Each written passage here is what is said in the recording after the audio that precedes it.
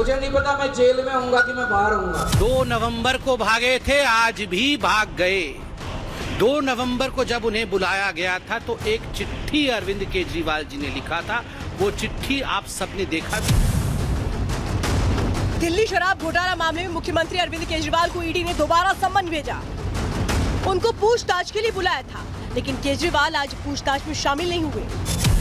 अरविंद केजरीवाल 2 नवंबर की तरह आज एक बार फिर ईडी दफ्तर नहीं पहुंचे। उन्होंने इस सम्मन पर केवल जवाब भेज दिया और इसे उन्होंने राजनीति से प्रेरित बताया। केजरीवाल ने ईडी को जवाब में कहा, मैं हर कानूनी सम्मन मानने को तैयार हूं, लेकिन ईडी का ये सम्मन भी पिछले सम्मन की तरह गैर कानूनी है। ईडी का सम्मन राजनीति से प्रेरित है, ये सम्मन वापस लिया जाए। मैंने अपना जीवन ईमानदारी और पारदर्शिता से जिया है, मेरे पास छिपाने को कुछ नहीं। इससे पहले भी जब 2 नवंबर को अरविंद केजरीवाल को ईडी के सामने पेश होना था, तब भी वो पेश नहीं हुए थे। ईडी के पिछले सम्मन को नजरअंदाज करके केजरीवाल मध्य प्रदेश की विधानसभा चुनाव में प्रचार के लिए पहुंच गए थे। तब भी अरविंद केजरीवाल ने ईडी को एक चिट्ठी लिखकर कहा था कि ये अवैध और राजनीति से प्रेरित है। उन्होंने कहा था कि ये सब बीजेपी बदले की राजनीति के तहत कर रही है। केजरीवाल ने ईडी को निशाने पर लेते हुए बीजेपी पर और भी कई गंभीर आरोप लगाए थे, जिसके बाद बीजेपी नेता संबित पात्रा ने आज प्रेस कॉन्फ्रेंस कर केजरीवाल को निशाने पर लिया और उन्हें इस पूरे मामले का मास्टरमाइंड करार दिया। साथ ही पूरे इंडी गठबंधन को आड़े हाथों लिया। 2 नवंबर को भागे थे, आज भी भाग गए। 2 नवंबर को शराब घोटाले को लेकर ईडी ने, एनफोर्समेंट डायरेक्टरेट ने समन किया था कि अरविंद जी आइए, हम बैठेंगे आमने सामने, आपसे सवाल जवाब करेंगे और जहां तक केजरीवाल जी के शराब का हिसाब किताब है, अभी तक गिनती चल रही है। बीजेपी और आम आदमी पार्टी लगातार एक दूसरे पर सियासी बाढ़ छोड़ रही है। संबित पात्रा ने केजरीवाल को मास्टरमाइंड बताया, तो आपने ईडी के समन को बीजेपी की साजिश करार दिया।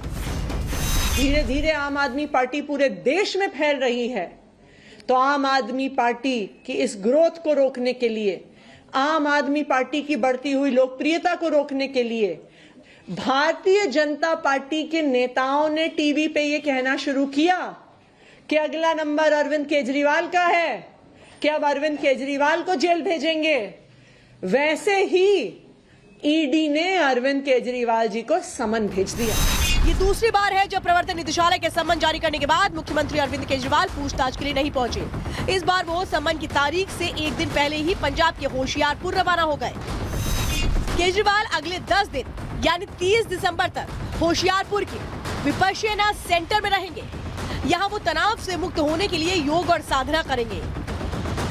ऐसे में बीजेपी केजरीवाल पर निशाना साध रही है और कह रही है कि ईडी की पूछताछ से बचने के लिए केजरीवाल विपश्यना सेंटर में गए हैं।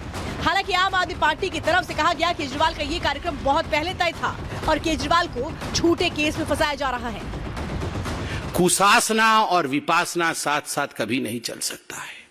यदि आपने कुशासना किया है तो बाद में जेलासना होगा ही होगा। अरविंद केजरीवाल जी की गिरफ्तारी हो, ओवर कॉन्फिडेंट गिरफ्तारी होगी, जरूर होगी, और एक रेफरेंडम भी कराया कि अगर गिरफ्तारी हो जाएगी तो क्या तिहाड़ से सत्ता चलाया जाएगा या नहीं। ये तो भारतीय जनता पार्टी ने नहीं कहा, ये तो ईडी ने नहीं कहा। ये भारतीय जनता पार्टी जो आम आदमी पार्टी की गवर्नेंस को मैच नहीं कर सकती है, ये उसका प्रतीक है। लेकिन मैं भारतीय जनता पार्टी शासित केंद्र सरकार को ये बताना चाहती हूं कि हम आपकी ईडी और सीबीआई की धमकियों से डरने वाले नहीं हैं। आबकारी नीति से जुड़े इस मनी लॉन्ड्रिंग केस में दिल्ली के उप मुख्यमंत्री रहे मनीष सिसोदिया और आम आदमी पार्टी से राज्यसभा सांसद संजय सिंह पहले ही जेल में बंद हैं।